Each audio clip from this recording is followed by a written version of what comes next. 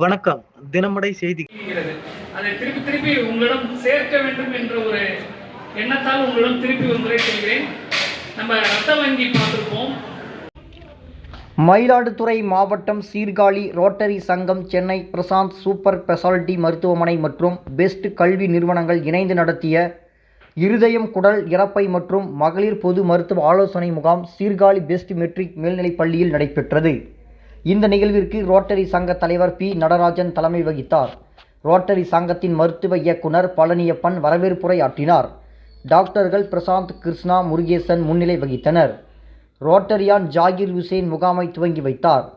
இருதய சிகிச்சை நிபுணர் டாக்டர் தியானேஸ்வர் மற்றும் இருதய அறுவை சிகிச்சை நிபுணர் கௌசிக், ரோடோடிக் அறுவை சிகிச்சை நிபுணர் சுப்பையா, டாக்டர் சங்கீதா உள்ளிட்டவர்கள் மருத்துவ பரிசோதனை மற்றும் ஆலோசனைகள் வழங்கினார்கள். பெஸ்ட் கல்வி குழும தலைவர் எஸ்.எஸ்.என். ராஜ்கமல், சீர்காழி வர்த்தக சங்க தலைவர் சுடர் கல்யாணம், சுசேந்திரன், சாமி சிலியன், பாலமுருகன், கணேஷ், வழக்கறிஞர் சுந்தரையா, சத்யநாராயணன், பொறியாளர் செல்வகுமார் உள்ளிட்ட பலர் கலந்து கொண்டனர்.